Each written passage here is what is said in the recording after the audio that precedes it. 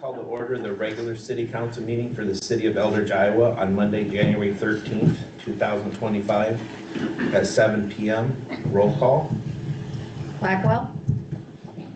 Collins. Present. Campbell. Present. Yossi. Present. Dockery. Present. Pledge of Allegiance.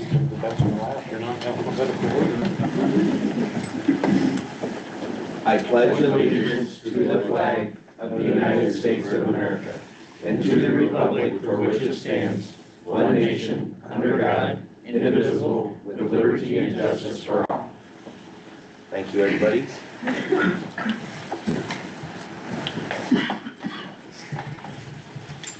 Looking for a motion to approve the agenda.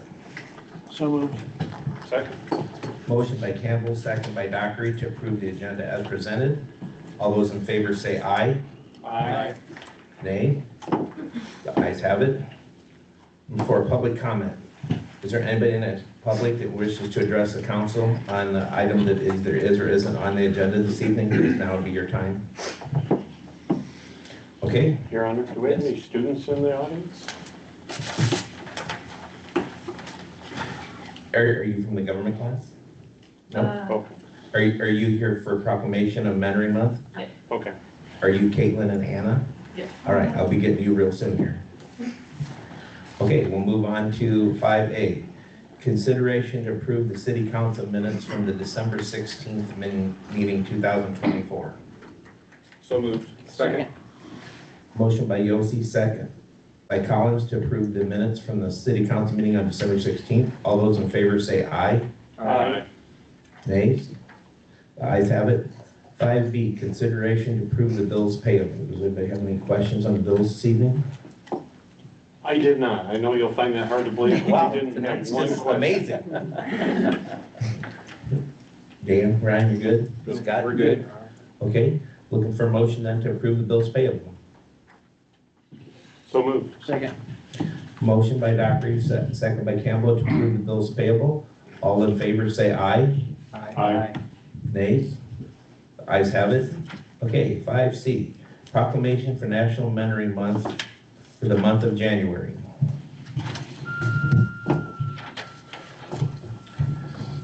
I believe we have two nice individuals here. Would you stand up and state your name, please? Catlin Berger, Ana Garcia, All right. And you're here for representing National Mentoring Month, correct? for Big Brothers Big Sisters. Yeah. Yep. Okay. You can be seated here and I'm going to read this off. And then I have 2 copies for both of you. Okay. Proclamation for National Mentoring Month. Whereas January is National Mentoring Month, an annual campaign to raise awareness and celebrate the powerful impact of mentoring relationships, recruiting new mentors, and encourage institutions to integrate quality mentoring into their policies, practices, and whereas the city of Eldridge, Iowa recognizes and contributions of volunteer mentors who link youth to economic and social opportunity while also strengthening our community, and whereas the mentoring programs like Big Brothers and Big Sisters of the Mississippi Valley make our state and community stronger by enabling impactful relationships that provide individual support networks, and whereas youth development experts agree that mentoring encourages positive youth development and smart daily behaviors such as finishing homework and having healthy social interactions, and has a positive impact on the growth and success of a young person, and whereas mentoring programs generally have a significant positive impact on academic achievement, school connectedness and engagement, and educational success, which can lead to the outcomes such as improved attendance, grades, test scores, and classroom behavior, and whereas mentors can help young people set career goals and can help connect mentees to industry professionals to train for and find jobs, and whereas effective mentoring of undeserved and vulnerable populations of young people helps them confront challenges and enjoy improved mental health and social emotional well-being, and whereas mentoring programs have been found to positively impact many aspects of mental well-being, including reducing unhealthy coping mechanisms, improve interpersonal relationships, and reducing parental stress, and whereas young people with a mentor are more likely to enroll in a college, to participate in sports or extracurricular activities, to hold a leadership position in a club or a sport team, and to volunteer regularly and less likely to start using drugs.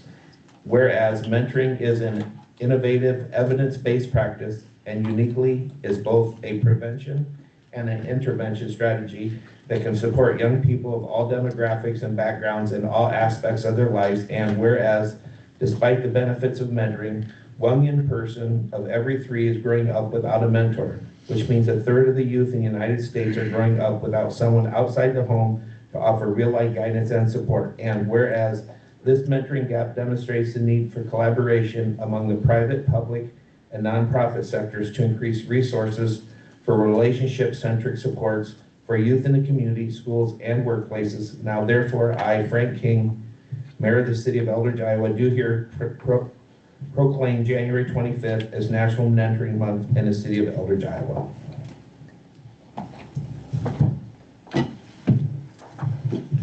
If you come forward, I'd like to present you with a certificate.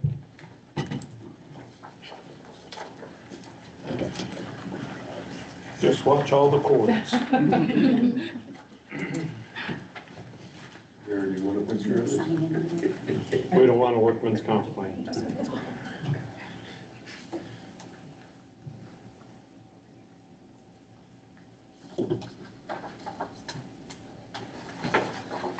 Wait, Gary wants a picture of this. Are you guys mailing one, or do I need to mail one of these? Big Brothers Big Sisters said something about you guys sending a copy to them. I can mail them. Okay, sounds good. Yeah. You want a picture, Aaron? Sure. All right, I'll come around. Watch the cords. Yeah. We don't want to work. Yeah. Dan, assume the chair.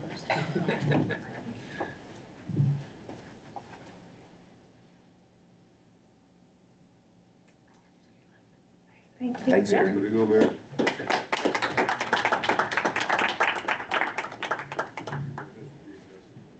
What?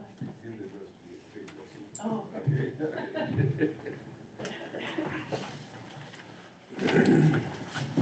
Your Honor, we get 6 A and Adrian's not here. I'll support it so it passes even over against me. Okay, That's the wishes of the council. all right. But if he's here, he'll vote against it. Okay. All right. Try it. I want to see Rhino, yes. All right, we're on to 5B, consideration approving city appointments for 2025. So moved. Second.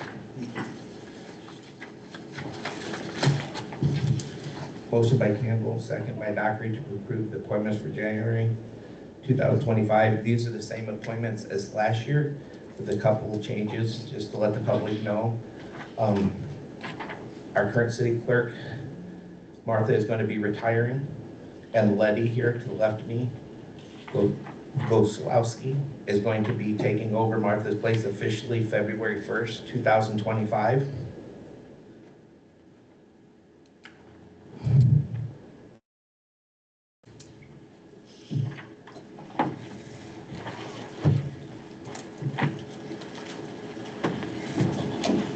And the city engineer is Zach Howe from Shive Hattery. Otherwise, everything else remains the same as last year.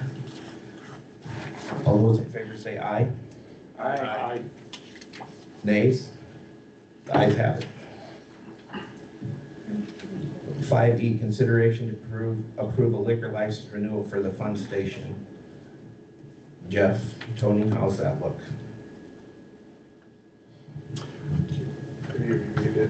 I didn't have a chance to look it over. Was that Andrew? The chief The chief signed off on it? Yeah. Okay, I'll make a motion to approve the liquor license renewal for the fun station. Second. motion by Yossi, second by Collins to approve the renewal license for the fun station. All those in favor say aye. Aye. Nays? The ayes have it. 6A, old business, consideration of the third and final reading of ordinance 2024-15, rezoning 206 and 208 South Fifth Street to R3 multifamily residential with a planned residential overlay. Jeff, has anybody else called in? No, I have had some discussions with community members, the developers. It sounds like there's some communication taking place back and forth between them. I don't have any specific details other than that they would like to proceed with what has been presented.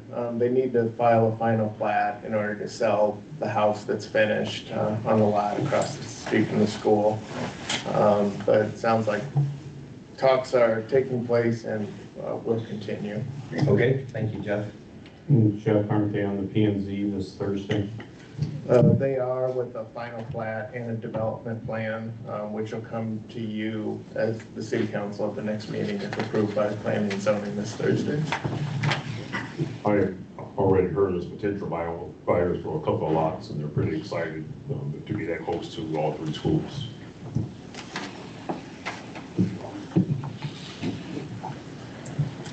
I'll make a motion to approve the third and final reading of ordinance 2024-15, rezoning of 206 and 208 South Fifth Street to R3 multi-family residential with planned residential overlay.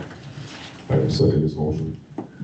Motion by Yossi, second by Blackwell, to approve the third and final reading of ordinance 2024-15, rezoning of lots 206 and 208 South Fifth Street from R3 multifamily residential to with a planned residential overlay. Roll call.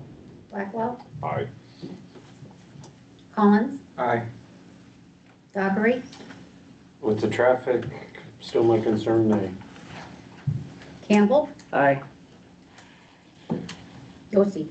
Aye. The third and final reading of ordinance 2024-15, rezoning 206 and 208 South Fifth Street passes. 7A, consideration the first reading of ordinance 2025-01, amending Elder City Code Title D, Chapter 10, post-construction stormwater management regulations. Jeff, can I call on you for this? Yes, Mayor. We discussed this issue at the December 16th meeting, and a proposal was presented to you for this change. Basically, we are just changing the last sentence of this section 9 of this ordinance responsibilities to allow the city to have a broader and more fair enforcement capability there. The way it was worded in the ordinance that we have now, it just talks about homeowners associations, and we are actually adding a provision for the property owner so that they would be just as accountable as an association, because as we found, only 2 of the detention facilities have been turned over to HOAs, and the rest are all owned by private business entities, which in this case would be the property owner. Thank you, Jeff. Does anybody else have any questions for Jeff? I'm looking for a motion then. So move, Mayor. Do I hear a second? Second. Motion by Blackwell, second by Collins. For the first reading of ordinance 2025-1, amending Elder City Code Title D, Chapter 10 for post-construction stormwater management. Roll call. Dockery, Aye. Collins, Aye. Campbell, Aye.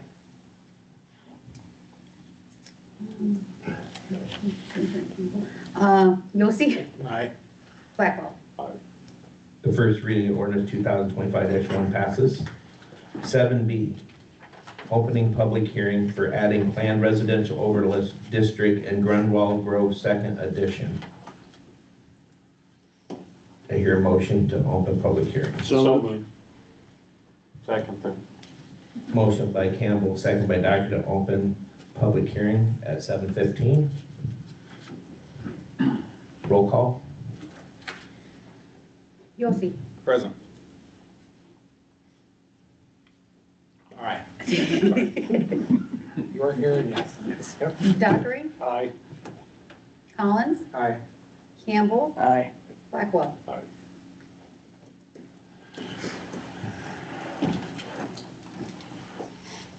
Anybody want to talk on that? You have to ask the crowd if anybody wants to speak. Does anybody have any comment on that? Now will be your time. Okay, I make a motion to close public hearing. Second. Motion by Dockery, second by Collins to close public hearing at 7:16. Roll call. Blackwell, Aye. Campbell, Aye. Collins, Aye. Dockery, Aye. Yossi. Aye. We'll move on to 7D, consideration of the first reading of ordinance 2025-2, amending Eldridge City Code Title D, Chapter 2, of adding a planned residential overlay district in Grunwell Grove, Second Edition, lots 23, 24, 25, and 26, currently zoned R3 multifamily residential district. Jeff? Thank you, Mayor. I'm happy to speak again. What we have here is, city code says that we have to treat a planned residential overlay the same way that we treat a rezoning. So that's why we have to do this in ordinance form. And Mr. Grunwald will then be required to submit a development plan for this, which he already has, and it'll be reviewed next month by the Planning and Zoning Commission. But what he is proposing to do is ironically exactly what all of the residents who live around the Lancers Run subdivision said that they wanted, and that is putting threeplex, one-story condos into this area. So he's got 24 that are going to go into there. There will be, that'll all be divided by lots, which will be recorded. And that'll just be an overlay over the top of the 4 underlying lots. There's some pictures in there of some renderings of how that will look. And again, we'll see development plans. We just got those, I believe, on Friday, and I haven't even had a chance to review them yet. The city's staff is going to do a review, I think, next week on those plans. But for now, we're just looking at getting this plat approved so Mr. Grunwald can record it, and then we'll move forward with construction drawings. Again, this is all in accordance with city code. City staff has reviewed it and is recommending approval. It was passed unanimously by the Planning and Zoning Commission. Also, at I believe last month's meeting. Thank you, Jeff. So do I hear a motion from you, gentlemen? Make a motion to approve the first reading ordinance 2025-02 as presented. Second. Motion by Dockery, second by Yossi to approve the first reading of ordinance 2025-02. Roll call. Dockery, Aye. Campbell, Aye. Collins, Aye. Blackwell, Aye. Yossi. Aye. The first reading of ordinance 2025-2 passes. 7E, consideration of the first reading of ordinance 2025-3, amending City Eldridge Code Title D, Chapter 2, adding solar garden as a permitted use in all districts and adding solar farms as permitted use in I-1 Light Industrial District. Jeff, can I call on you again, please? Sure, Mayor. The Planning and Zoning Commission talked about this at several meetings. And we sought resources from other cities, Davenport, Bettendorf, Clinton, DeWitt had a good solar ordinance, and the Iowa model solar ordinance were all reviewed as part of this ordinance. So there's 2 parts to this. The first part is adding solar gardens as a permitted use in all districts. And the second part is adding solar farms as permitted use in I-1 light industrial only. It's prohibited, and they're adding it as a prohibited use in I-2 general industrial. Then the second ordinance is actually laying out all of the definitions and provisions of the ordinance itself, and along with a very stout decommissioning plan. If any of these were ever built, it seems like that's where other towns ran into trouble that we contacted, was that they didn't have a very stout decommissioning plan. Ours requires that monies be available at the time of the construction for the decommissioning of these, so that if it's put into a farm field, when it's put out, it'll be a farm field again, and that land will still retain value and be able to be resold. I'm happy to answer questions. There's a lot of information there. It was approved unanimously by the Planning and Zoning Commission at their last meeting. And again, after many, many meetings discussing it. Jeff, for the citizens here tonight and who watch our stream, can you explain to them, like you did to me, what the difference was between the solar garden and the phrase solar farm, please? Yeah, absolutely. Solar gardens would be up to 2 acres in size and would provide power to essentially something that is on site. So for instance, if a developer wanted to put in a subdivision, they could set aside up to 2 acres to put solar farms on, or solar infrastructure to provide power to residents of that subdivision. Same thing could happen in a commercial or industrial district. And those solar devices would provide power to the commercial businesses in that area or the industrial businesses. The solar farm, it produces power to sell commercially, not to use. So that would, they would just pump that back into the grid and sell it. And those would be usually much larger in size. Thank you, Jeff. Your Honor, just for clarification, one reason the P&Z made these solar farms available in I-1 and not I-2, the heavy industrial, they didn't want to see in the future someone, because our heavy industrial zoned area is hard to come by. They didn't want to see somebody come in and put 500-600 acres in our I-2 district into solar panels. Thought it was more appropriate to have some sort of manufacturing or something else that creates jobs in that zoned area. So that's why it's not allowed in the I-2, but it is allowed in the I-1. Thank you, Brian. Any other questions on solar garden or solar farm? Do I hear a motion?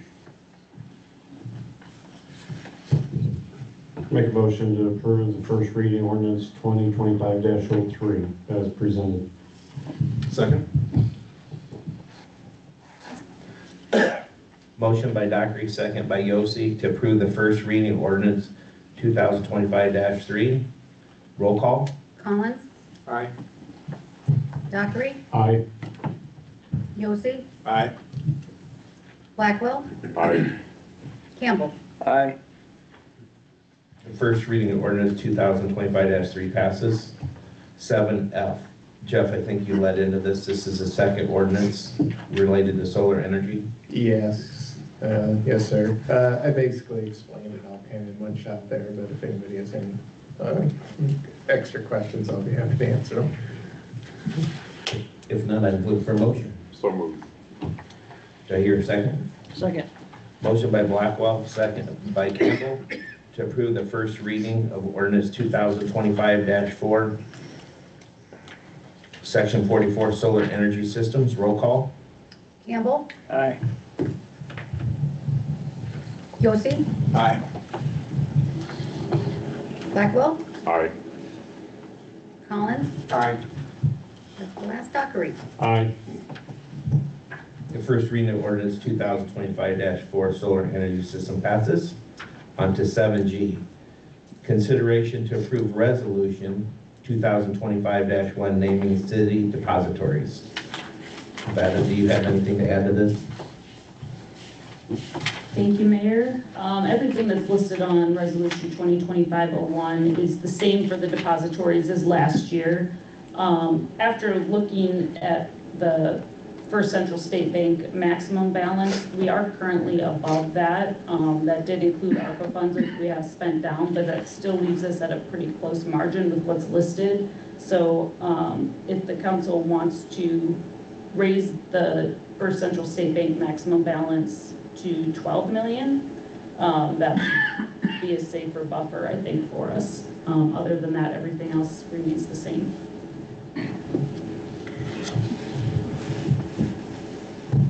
So moved. Second. Motion by Dockery, second by Campbell, to approve resolution 2025-1, and that is amending it to up for Central to 12 million, correct? Yep. All right. Roll call. Dockery, Aye. Blackwell, Aye. Campbell, Aye. Yossi, Aye. Collins. Aye.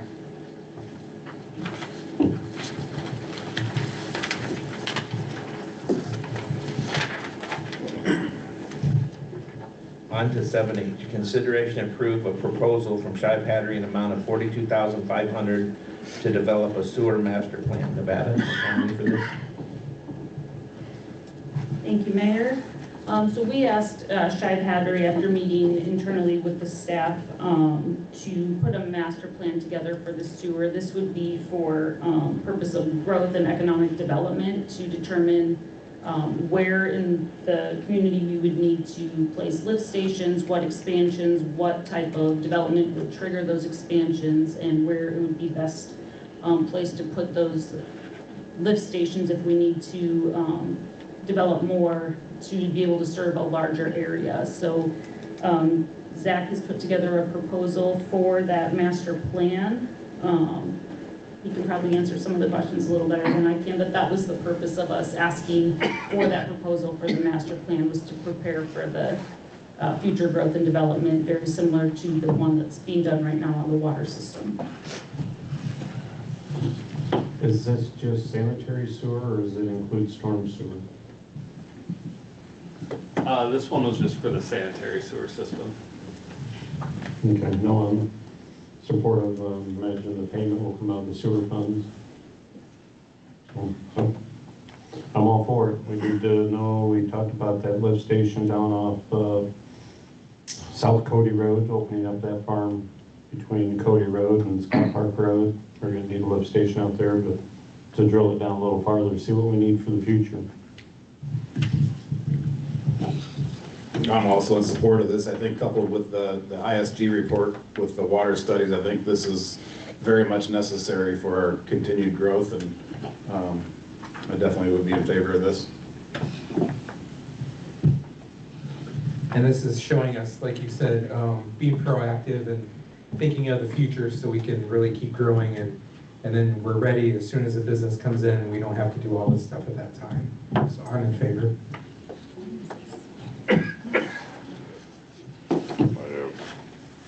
Don't know if Councilman Campbell has anything to say, but I echo all those sentiments.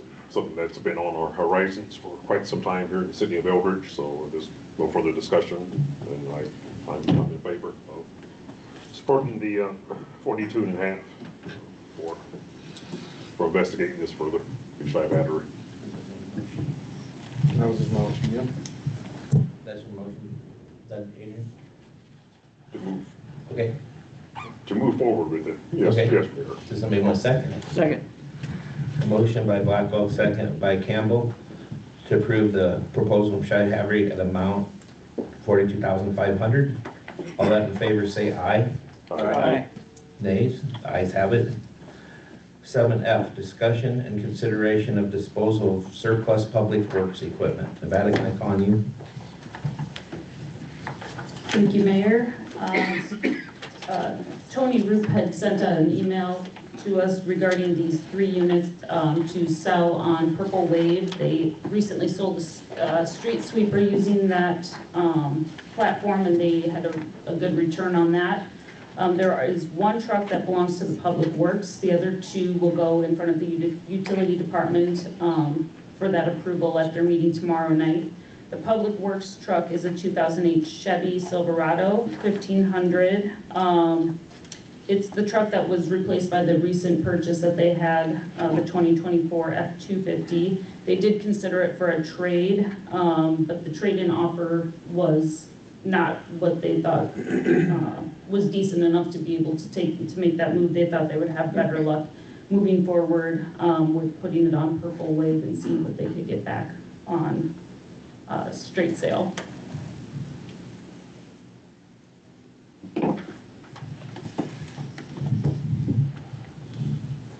I hate to keep talking about the past, but in the past, we used to figure out what price we wanted for them, set them up in front of the city shop with that number on it for determine a time, a week or 2 times, and then if we don't sell them here locally, then do the Purple Wave is my recommendation.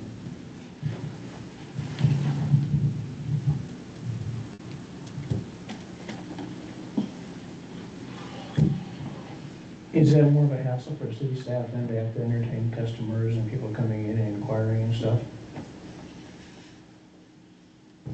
I'm sure there is a little hassle, no different than somebody calling them from Purple Wave asking the same questions. But it's just an opportunity for the taxpayers if somebody's needing a 2nd or 3rd truck, they at least have an opportunity to take a look at bidding on it, that's all. When you've done that in the past, to your recollection, how have they priced it then?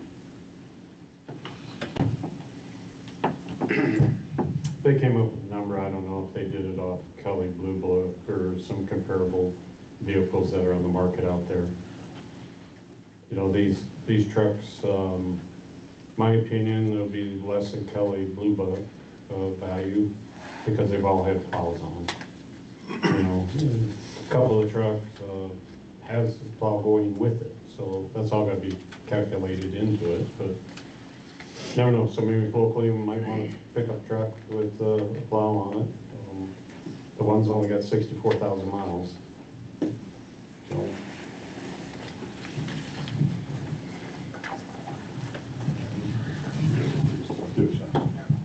In the past, it's just been the discretion of each department head of what they're going to sell, what particular number that is. We have never really brought it before the council.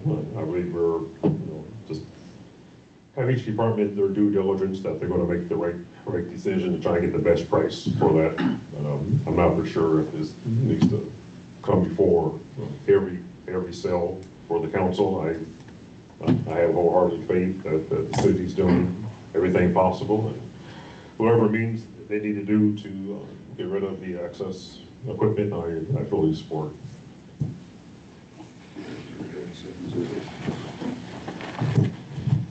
If we did put them out and advertise if that's what we choose or not choose it, but if we did, I'd make it a finite time frame, a couple of weeks. You know, if somebody doesn't have an interest by then, open it up to that Purple Wave or whatever direction they want it to go. I mean, we don't want to hold on to those assets if we're not utilizing them.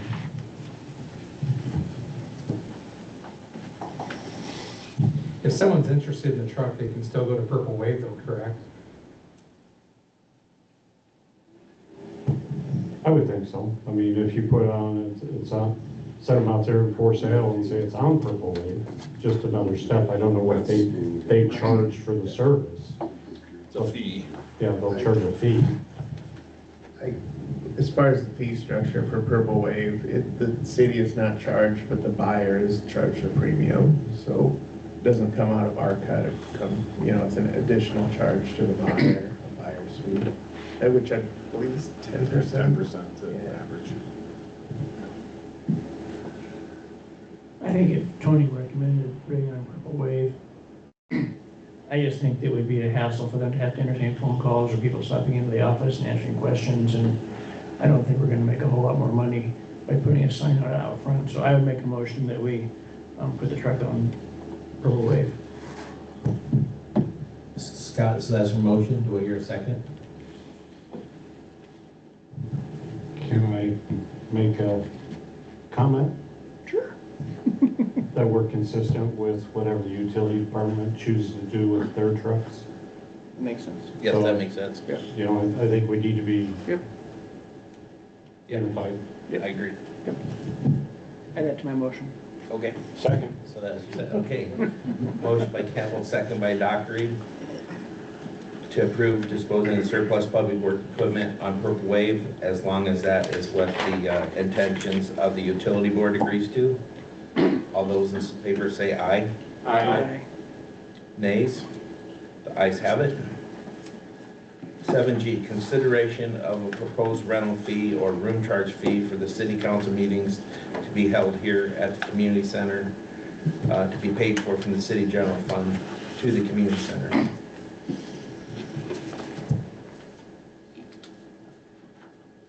Well, Brian has spoken first on every issue tonight. Well, just step ahead of you, Brian. I'll show you the way, though. I have a problem with this one. I think the fact that, we own this building, we've already subsidized the community center board with $60,000 minimum and more than that, and they're still on the hole. We have other projects that we can put our general fund money towards. I don't see any reason why we should spend any time discussing this. That's just my 2 cents worth. I feel like we already spend more than $200 a night. Yeah.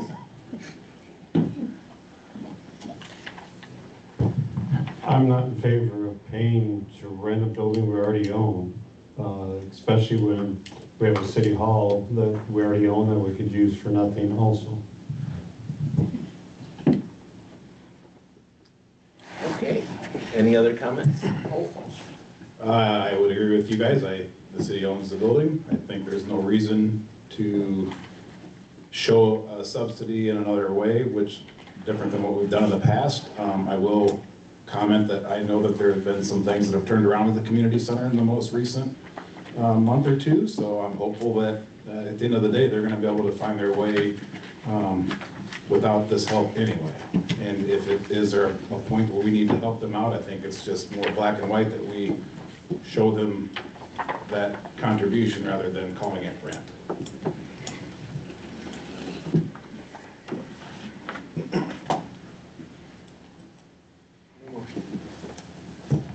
All right, well, 7G dies for no motion. We'll move on to number 8, board staff activity reports. Nevada, I'll start with you. Thank you, Mayor. Just a couple quick updates.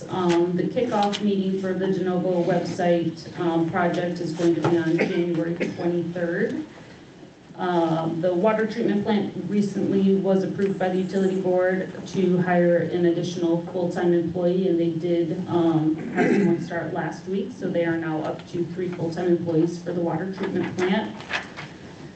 Our first budget and tax levy meeting is scheduled for January 27th. That'll be at 6 p.m., so it'll be a special committee of the whole just right before our city council meeting scheduled for that night. The council board member training scheduled for January 29th at 4:30 is going to be held at the Scott County Library in meeting room B. That's already gone out, I believe, to the city council and the utility board. I did extend that invitation out to the rest of the board members that are serving on our other boards today as well. And I think that's all I've got. Thank you. All right. Thanks, Nevada. For Jeff, I'm calling you next.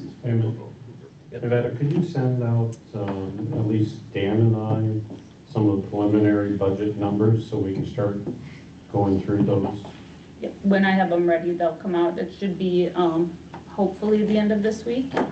But yep, as soon as we've got those Yeah, or put send together. out what you have and we can always add to it, but it's such a array of numbers to try to digest those in a few short weeks when staff's been working on them for months. It's just, whatever you could do, we'd appreciate.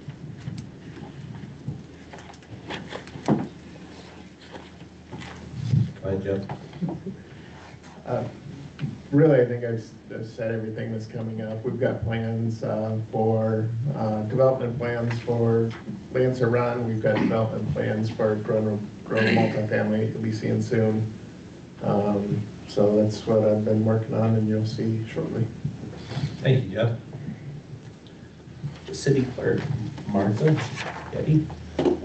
I've got nothing to. You gotta give us something. Next meeting, she's gonna have to give us something, speech. Because Right. I thought she was gonna sing. Oh, No, okay, thank you, girls. Tony, any update on the police department, anything new? Our newest officer, Haley Sanders, just started her last phase of her field training today. It's a shadow phase, which will last 2 weeks, where she'll have a plainclothes field training officer with her, observing her. So hopefully, if all goes well, she'll be in her own vehicle in the next 2 to 3 weeks, which I'm sure she's looking forward to. And the department's just now initiating a shift bid system, which will come up every 6 months, where officers can bid on which shift they would prefer based on seniority. So it's kind of a more fair system as far as what shifts go to who. So that's in the process of starting as we speak, and then like I said, every 6 months that'll come up. So that's all I have. Thank you, Tony. I make a motion for I have adjournment. one question, Brian, sorry. Don't get me. You got it right I make a second motion for adjournment. Jeff told me we would be done by 8 o'clock. We're well ahead of that, so I can ask one question. It's a Tony. I had 2 people ask me, they read in the Eldridge Police Report about a month or so ago that we assisted with the traffic stop on the I-74 bridge. I'm assuming that's maybe because of the dog, otherwise why would our officers be on the I-74 bridge? That's a good question. I'm not aware of that particular traffic stop. It likely occurred on my day off. Okay. I'm also assuming that probably, if that was the case, it was a K-9 request. Okay, just wanted to clarify. 2 people asked me and I thought that's what it was, but. Yep, likely that's what it was.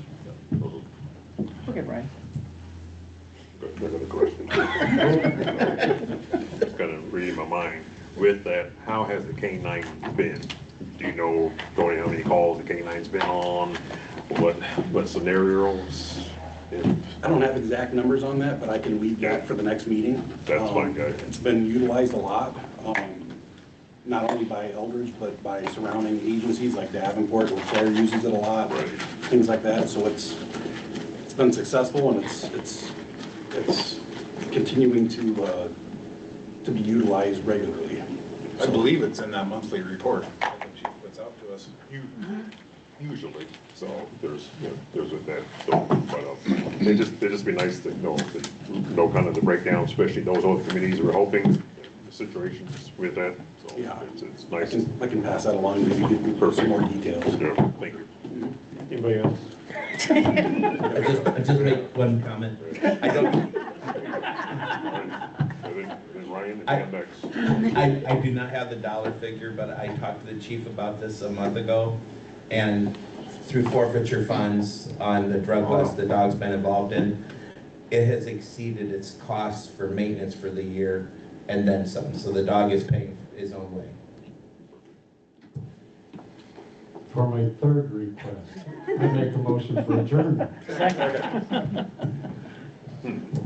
Motion by anyone, do I hear us? Going once, going twice? Motion by Dockery, second by Collins. All those in favor say aye. Aye. Nays?